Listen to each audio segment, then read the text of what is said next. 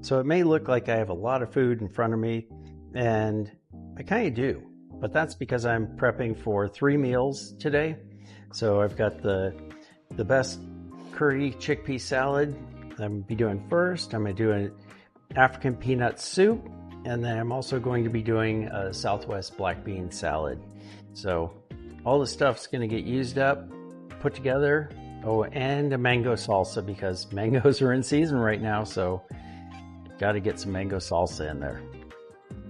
So for the curry chickpea salad, I like to use the smaller cutting, which is hard for me to do. So I just use my chopper. Bada boom, bada bing. The thinner you cut them, the easier it is. So this may not have been my best choice, but they go right through. And then I get little crunchy bites inside of my salad, which gives it more texture, which I like. So, yeah, and beautiful color. So, I'm going to start out by adding my chickpeas that I have already pre-made. Used my veggie broth that I've made in the past to cook those in to get that extra flavor and nutrients in there. Now I'm going to add a teaspoon of salt, teaspoon of pepper. We're going to get those in there. And 2 tablespoons of curry powder. Of course, adjust this to what you like. Our garlic paste, got a good old tablespoon of that in there. Now, this is a tricky one. So tahini, it's half tahini, half water, so thinned it out. You could also thin out some hummus. You've got all sorts of options of how you could make your dressing. It's kind of going to help pull these flavors together. If you haven't seen the video about the thinned out hummus that I use to make a pasta sauce with, man, you should check that out. I'll try to get the link on the screen. I do this stuff, a lot of it by taste and by texture, color. I'm trying to hit all those flavor profiles, not just follow the recipe. I want it to taste like I want it to taste. I chopped up my carrots extra small so I get crunchy bits into every bite. If I go bigger, then I get them, but I like them small. You may like them big. You like them big? Let me know in the comments. Try it out.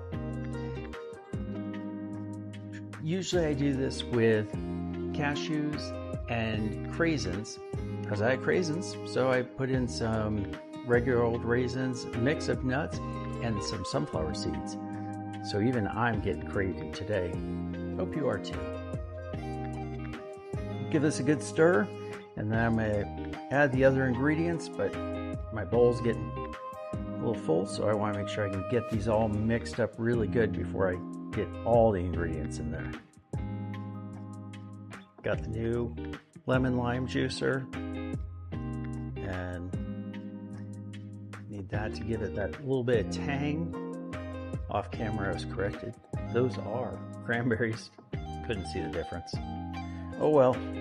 It was a new container and I just took a guess. But either way it would have worked. Time for those green onions to go in there. I've got color and flavor. Mix these in for just a minute. Figure out how my ratio is.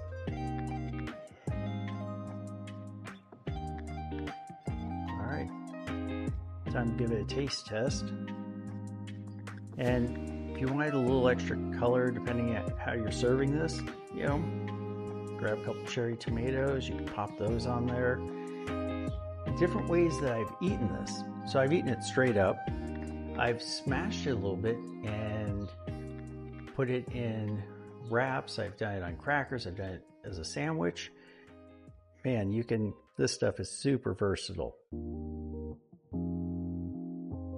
Wow. One of my favorites. I love to have this in the fridge. Great for snacking on. Great to bring to potlucks. Something different and great to serve to guests. I get plenty of protein.